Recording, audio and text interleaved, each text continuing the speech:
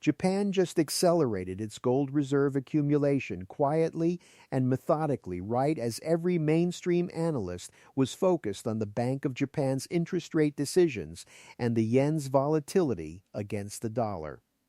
And the financial press is pinning the entire Japan story on yield curve control and currency intervention like those two things explain everything happening in Japanese monetary policy right now. And that is exactly backwards. Because the gold accumulation story in Japan is not a footnote to the yen story. It is a separate and significant development that tells you something important about how Japanese policymakers are thinking about the long-term resilience of their reserve position in a world where the dollar's reliability as a reserve asset is being questioned by every major non-Western economy. Simultaneously, Japan is not a non-Western economy that distrusts the dollar. Japan is one of America's closest allies, and they are quietly buying gold anyway. That is the part that should stop you cold.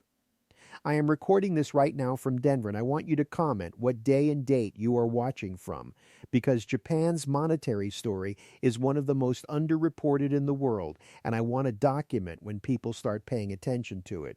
And real quick, if you value this kind of analysis that goes past the obvious narrative and finds the signal that everyone else is missing, subscribe and comment FinTalk OG so the algorithm knows you want more of this.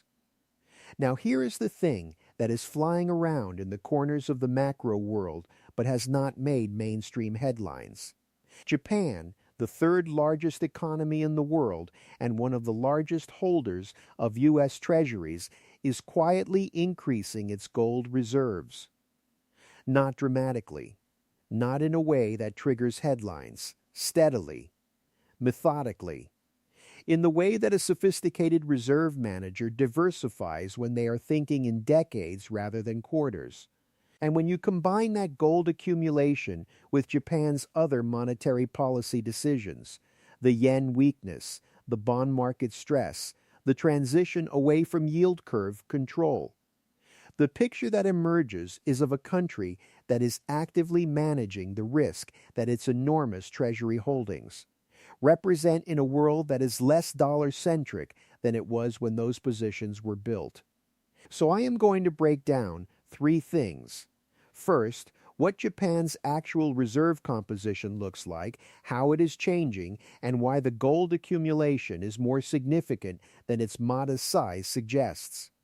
Second, why Japan specifically, one of the most dollar-aligned countries in the world, would be quietly reducing its dollar concentration, and what that says about the broader de-dollarization trend.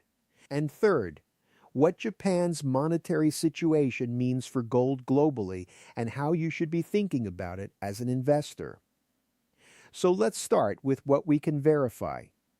Japan holds over $1 trillion in U.S. Treasuries, making it the largest or second largest foreign holder of U.S. government debt, depending on the month. Japan also holds official gold reserves of approximately 845 tons, placing it in the top 10 globally, but modest relative to the size of their economy and reserve portfolio. What has been happening quietly, documented through IMF special data dissemination standards and Bank of Japan reserve disclosures, is a gradual increase in Japan's gold allocation as a percentage of total reserves, not a dramatic reduction in treasuries, a marginal but consistent rebalancing that increases gold's weight and reduces the dollar concentration at the margin. Over time, at Japan's scale, marginal changes represent enormous absolute volumes. Now, here is the context that makes this significant. Japan has spent the last several decades managing what is arguably the most complex sovereign balance sheet in the developed world. Debt to GDP that exceeds 200%. A demographic collapse that creates long-term fiscal pressure regardless of monetary policy. A currency that has experienced significant depreciation as the Bank of Japan maintained ultra-loose policy while the Fed tightened. and a Treasury portfolio that was accumulated partly as a byproduct of export competitiveness policies, keeping the yen weak relative to the dollar, which generated dollar inflows that had to be invested somewhere. That portfolio made sense when the dollar was unquestionably the world's reserve currency and U.S. Treasuries were unquestionably the world's safest asset. It looks different in a world where the U.S. is running multi-trillion-dollar deficits annually and where the dollar's reserve share is declining. Here is the clean way to think about Japan's gold accumulation decision. Imagine you are managing a portfolio that is extremely concentrated in one asset, U.S. government bonds. You believe in the long-term value of that asset, but you are watching the issuer run larger and larger deficits, watching geopolitical tensions increase the risk that the asset could be weaponized against you even as an ally, and watching other sophisticated investors quietly diversifying away. From the same concentrated position, you would not sell all your bonds in a panic. You would not do anything that destabilized the market because you are still holding over $1 trillion of the same asset and you do not want to hurt the value of what you still own. You would quietly, methodically rebalance at the margin, adding gold here, adding yen-denominated assets there, reducing the concentration slowly enough that nobody notices until the rebalancing is already substantially complete. That is exactly what Japan appears to be doing. Here is a question for you. If Japan, one of America's closest allies and most important economic partners, is quietly diversifying away from dollar concentration, what does that tell you about the conviction of countries that are openly hostile to the dollar? And what does it say about where reserve managers globally are heading over the next decade? Drop that in the comments because it is one of the most important macro questions I can think of right now. Now let's address the skeptical alternative because Japan's situation is genuinely unique and the skeptics make some valid points. Could Japan's gold accumulation be more about domestic political signaling than genuine reserve diversification?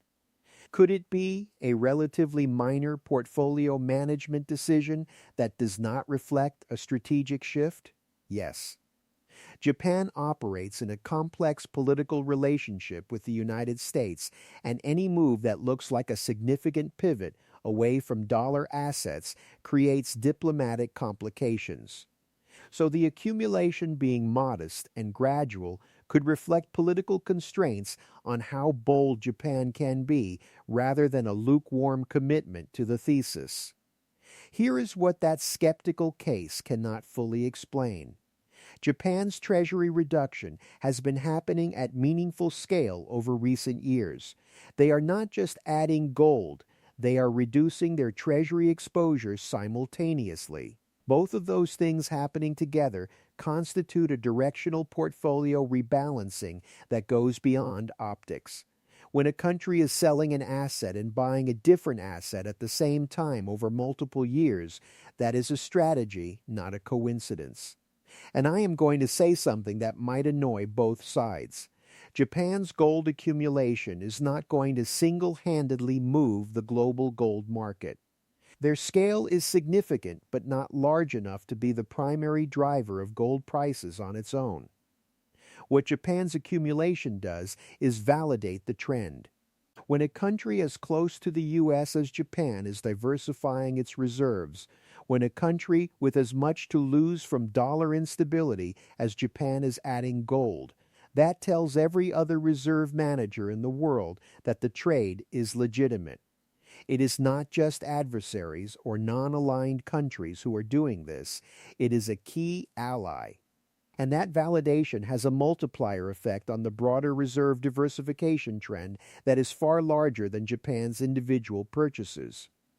Now let's map two plausible paths without pretending we can predict the exact candle. Path 1. Japan continues its gradual rebalancing quietly over the next several years. Treasury holdings decline modestly. Gold holdings grow modestly. The yen stabilizes as the Bank of Japan normalizes monetary policy. Japan's reserve composition slowly becomes more diversified and less vulnerable to dollar volatility. The process is invisible to most market participants until it is complete. Gold benefits from the structural bid, but the impact is gradual and not a single identifiable event. That is within the set of things this market is capable of producing. Path 2. Japan's fiscal situation deteriorates faster than the gradual rebalancing can manage. A bond market crisis forces the Bank of Japan to accelerate the pace of change. Treasury selling becomes more visible. The yen weakens sharply. Gold accumulation accelerates as a defensive measure against currency debasement. International markets notice Japan's reserve shift, and it triggers a broader conversation about the dollar's reserve status that accelerates the de-dollarization trend among other holders. That is a higher impact path. I am not predicting it. But Japan's fiscal situation is fragile enough that it is within the range of plausible near-term scenarios. Here is what to watch. First, watch Bank of Japan reserve disclosures quarterly. Any acceleration in gold accumulation or treasury reduction beyond the current gradual pace is a signal that the calculus has shifted. Second, watch the yen against gold. If the yen weakens and gold in yen terms rises, Japanese investors and institutions face increasing pressure to hold gold as a domestic inflation hedge, which creates demand beyond just official reserves. Third, watch Japanese government bond yields. If JGB yields spike, it signals that the bond market is pricing in fiscal stress, which would accelerate the case for gold as a reserve asset. Fourth, watch whether any Japanese pension funds or institutional investors announce gold allocations. Japan's massive pension sector, particularly the GPIF, which manages some of the largest pension assets in the world, adding even a small gold allocation would create significant demand and validate the trend at the institutional level beyond just official reserves. So what do you actually do with this information? Here is a simple action plan. No drama. Step 1. Add Japan to your list of de-dollarization signals to monitor. It is the most important one because it is the least expected. When a close U.S. ally is diversifying, the trend is more confirmed than when adversaries do it. Step 2. Understand that Japan's monetary situation, an aging population, an enormous debt burden, a currency that has been debased, is a preview of what other developed economies face over a longer time horizon. Owning gold as a hedge against exactly that kind of fiscal and monetary trajectory is not paranoia. It is pattern recognition. Step 3. If you hold Japanese assets, understand that the yen weakness that has been a persistent headwind for Japanese asset holders is itself an argument for gold as a yen-denominated store of value. Japanese investors have been learning this lesson in real time over recent years. Step 4. Size your gold position for the long-term thesis rather than the quarterly data point. Japan's story plays out over years, not quarters. The same patience that serves the broader gold thesis serves the Japan-specific thesis within it. Now here are my questions for you. Do you think Japan's gold accumulation is primarily about de-dollarization, about hedging yen weakness, or about something else entirely? And if Japan were to announce a formal shift in its reserve policy toward higher gold allocation, do you think other allied nations follow within 6 months? Drop your answer below and remember to include what day and date you are watching from.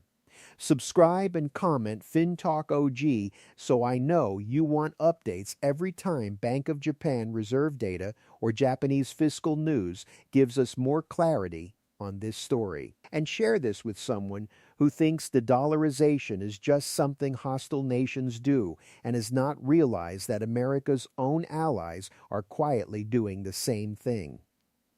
All right, take care of yourself, and I will talk to you soon. And just so we are crystal clear, this is educational content. It is my take based on publicly discussed information and my own reasoning, and it is not personal financial advice. I am not your advisor. I do not know your goals or your risk tolerance, and I could be wrong. Do your own homework. Consider your situation, and if you need personal advice, get it from a qualified professional who knows your situation.